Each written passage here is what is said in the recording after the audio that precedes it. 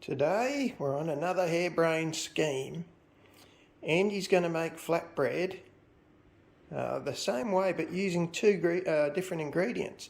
So the first flatbread we're going to make will be from tor dal or pigeon pea or yellow lentil.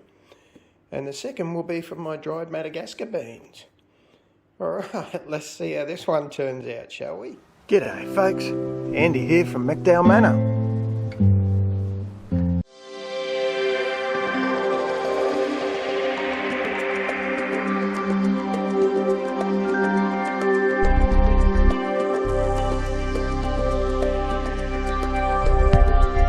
Step one is get a cup of each and we'll separately soak them in boiling water. So this is actually called chila. It's a Indian flatbread recipe.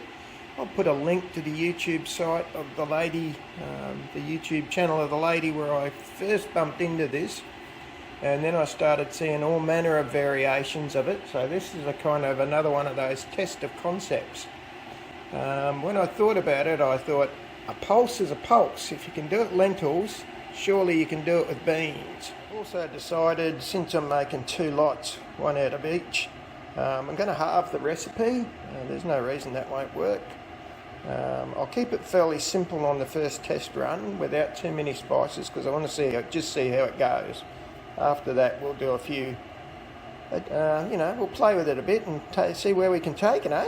So I rinsed them first with tap water. And then I've put the cup of boiling water on top of half a cup of pulses. And I'm going to leave them for 24 hours. I want to make sure they're nice and soft. And that's, I've found, is the trouble with my pigeon pea. It's really hard to get it rehydrated nicely. So we'll be back, thanks to the magic of TV, tomorrow or in a few seconds. So it's next day. It's about getting close to lunch again, so we're 24 hours later. You can see both are well hydrated now. The beans were ready much earlier, but I just left them in. Well, I thought I'll do them both together. So I'm going to start with the beans. Step one is blend them. I'm going to add a little bit of baking powder and a little bit of salt. I might use garlic salt, I think, because that's the way I roll. But that's all I want to add, because this is proof of concept, and I want to do it rather simply. So I'll go and pull out the blender, and we'll blend him up. So you're looking to make like a pancake or a pikelet batter. So I'm predicting I'll probably need to add a bit more water to this. After a few pulses, definitely needs a bit more water. It's way too thick. That's okay, the beans have soaked that all up. That's looking a lot better. I gave the sides a scrape down. There was a bit stuck up under the lid. So I'm going to add that pinch of baking powder now. I'll just literally use a little pinch. And I'll add a little bit of garlic salt and we'll finish the blend, which won't take long, and then we'll fry it up. Warming the skillet now. I'll mention, I've done a little bit more research in the intervening 24 hours. And there's a lot of versions of this chila. You can add all sorts of spices and all sorts of veggies, tomatoes, onions, garlic, cabbage, all sorts of stuff gets added to it. And it looks like it's a really useful, simple bread. Traditionally, it's always done with chickpea flour. But hey, I'll have a crack at the lentils and pigeon pea. Have a crack at the beans. Let's see how she goes. Okay. I'll put the phone down so I can scrape that out. And like a pancake now, we just wait until that starts to bubble through. That's what gives it its soft, fluffy texture, is the consistency of the batter. So let's give it a few minutes. This is the first time I've ever tried this. I've just run a knife around the edge.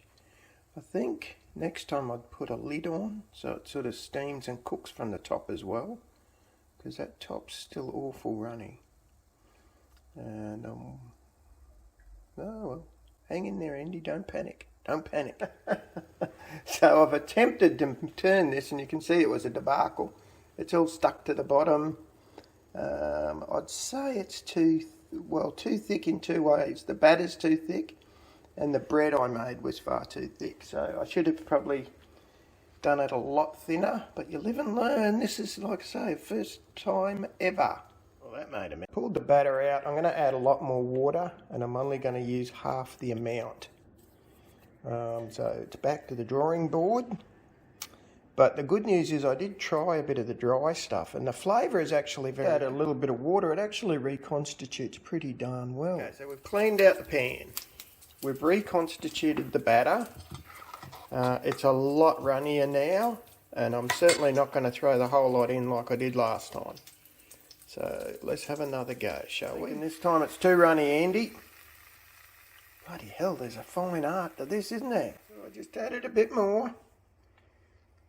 And we'll see if this is going to work. Okay, so I'm giving up on the beans for the moment. I will thicken it with a bit of normal flour, and I'm pretty confident that'll work, no worries. I'm going to go on to the lentils, the tour dal. This is what the recipe that I'll link in, it gave quantities and talked about the issue of it's difficult otherwise to get your water mix right. So I want to try it like that and see how that goes. The chickpeas have produced quite a thick batter as well, but hopefully we've learned don't put too much in, Andy, and so it might work. She is flipped. Now the trick is going to be, because I didn't use split lentils, remember I used pigeon pea. So how grainy is it will be my question for this prepping experience. Right, so that is definitely working. So nice thick batter is the trick. And don't try to make it too big. That was my mistake on the beans. They would have worked perfectly well. I put far too much mixture in. I think that's too thick. I'm going to add some of that thinner bean mixture back into this because I'm only playing around really anyway. That's acceptable. It won't be bubbly like a pancake inside because I think it's too thick. So let's break it down. If I can, normally if I was being a prepper, I'd say, well, I want to extend the chickpea using the Madagascar bean because I've got a hell of a lot of it. So let's try that. So taste wise, it's okay. It's a little bit gritty. And that's because the batter I think was too thick and it wasn't blending as well as it could have.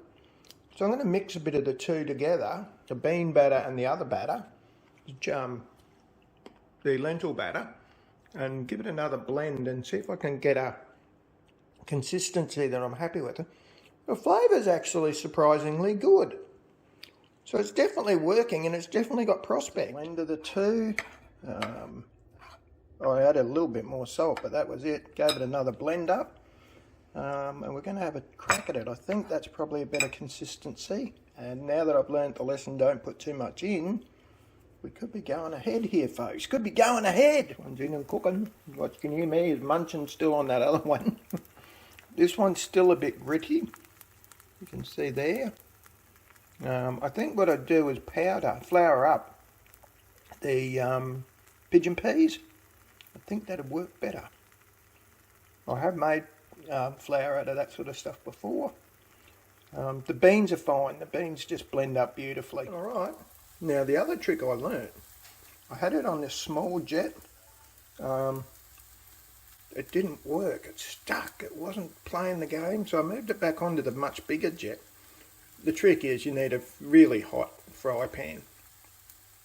That way it doesn't stick. It sets fast and it doesn't stick.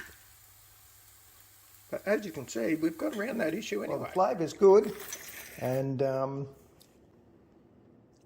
probably could have cooked it a bit longer. It's interesting, it cooks very slowly when it's a pulse batter. But certainly, now that I think we've got the base concept right, this really opens a whole lot of different worlds. But then again, that's probably for another video. Alright folks, well I hope you've enjoyed learning how to make, I'm going to call it pulse bread, as much as I have enjoyed videoing it. And there'll be a definite follow-up to this series. It might take me a couple of weeks to clean the kitchen up though. Alright, feel free to hit the subscribe button if you enjoy what you see. Hooroo!